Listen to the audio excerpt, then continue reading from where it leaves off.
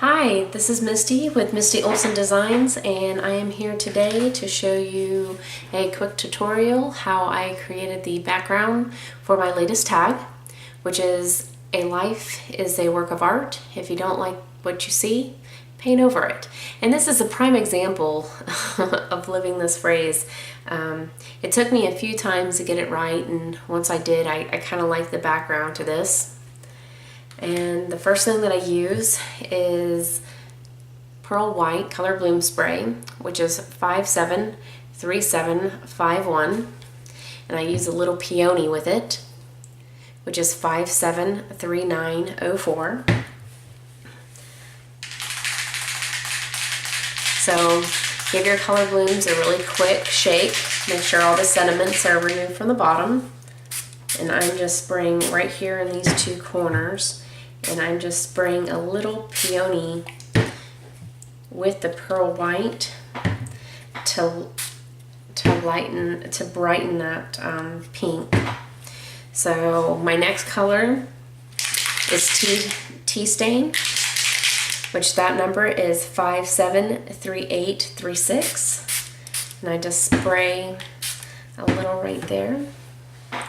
Then what I do is I take my favorite color, which is soft teal, and the item number is 573782, and I just go over the empty spots like so.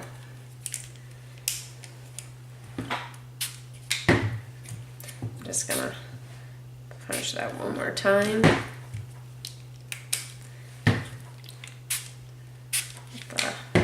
Peony. Then I will take my heating tool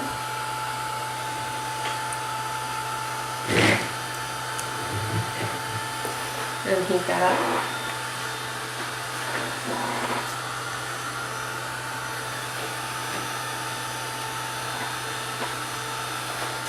While I'm drying that, I'm going to take my other card and pick up all that extra color.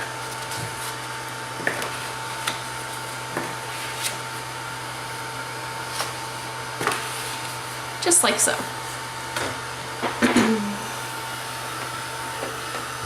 And for any big puddles you might have, just dab them away.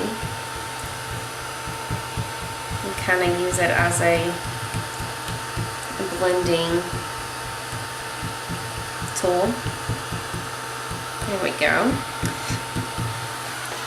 It's dry enough for what I need it for. The next step that I do is I laid my Prima stencil over the top. I use my Resist Chalk Edger, which is Old Road, and then I just lightly dabbed over the stencil.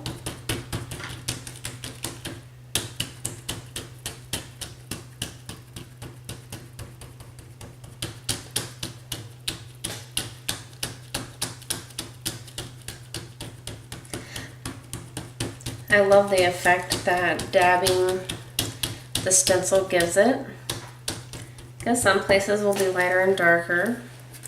And then what I like to do is I will line them back up like so.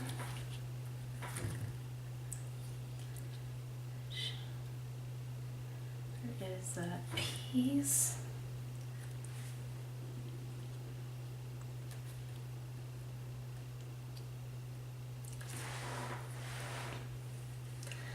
So I will line them back up like so, and then finish dabbing the pattern onto my tag like so. Then what I do is I take my heat gun and apply that over the chalk resist, because once you do that, it's permanent, and you can work other wet mediums into this tag, and that is what works best for me.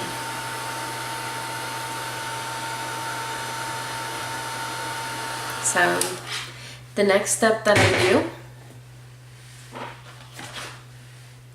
is I take my other stencil and I use a little bit of modeling paste.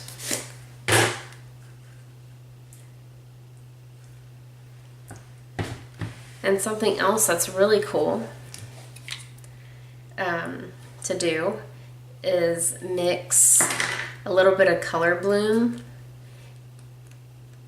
in your modeling paste. It kind of gives it a really cool kind of effect. So you lay it over.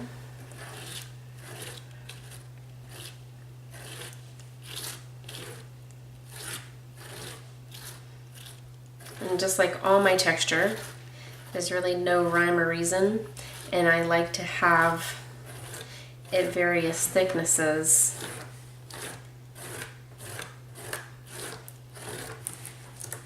And then once I'm done with that, I just pick it up and remove it. Put the excess back in my modeling jar. Now the best thing for you to do is let this go to the side and let that air dry. I have used my tool gun on it, but I just find it's best if you do let it dry overnight. I have a second card here that has already had a little time to dry, and the next step that I do is I really like a lot of shimmer. So this here is it's Pearl X, and this is silver. So all I do is I take a fine paintbrush and I brush over all those, and this is actually still not dry enough. So the best thing to do in that instance is just to tap a little on and kind of rub it with your finger and rub it really good into the texture, so that way your brush isn't leaving stroke marks in your plaster.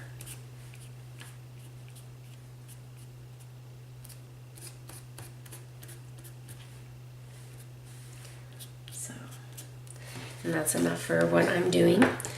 And then you just tap it off. And of course I blew it off just a little bit. And what you can do with that is that tag, just add that to your mix.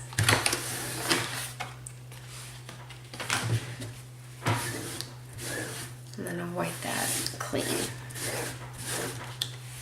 So the next step for this tag is to ink the edges. And what I do is I work a little bit of the darker color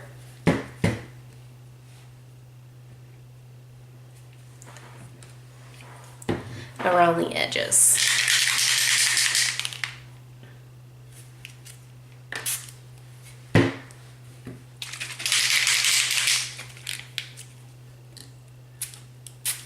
Just like so. So I'll start here.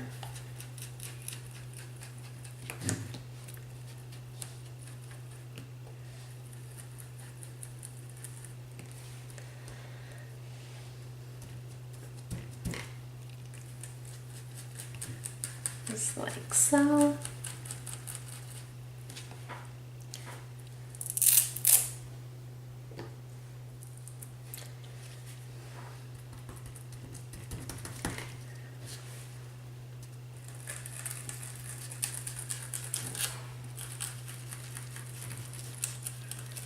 There you go.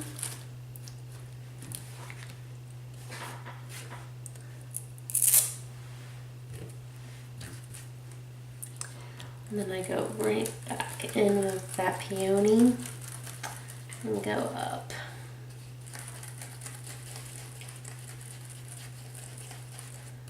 Just like so. Grab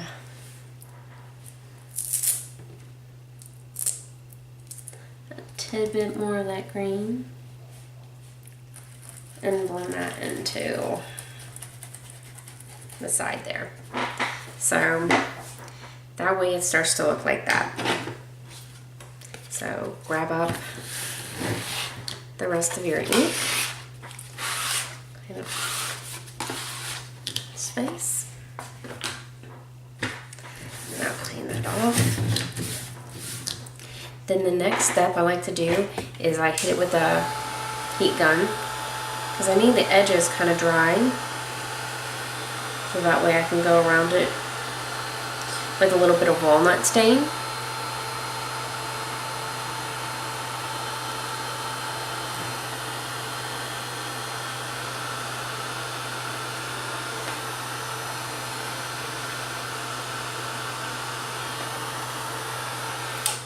And that should be dry enough.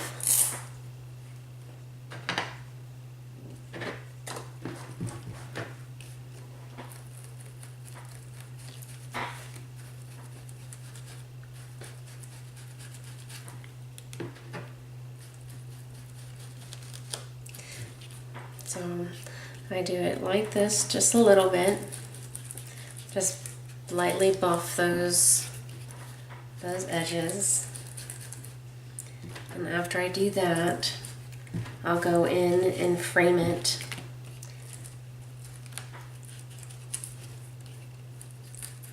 There you go. Then what I like to do is I take it and really darken those edges. And for me, I don't get it on my work so much, more than I'm using it to frame it in.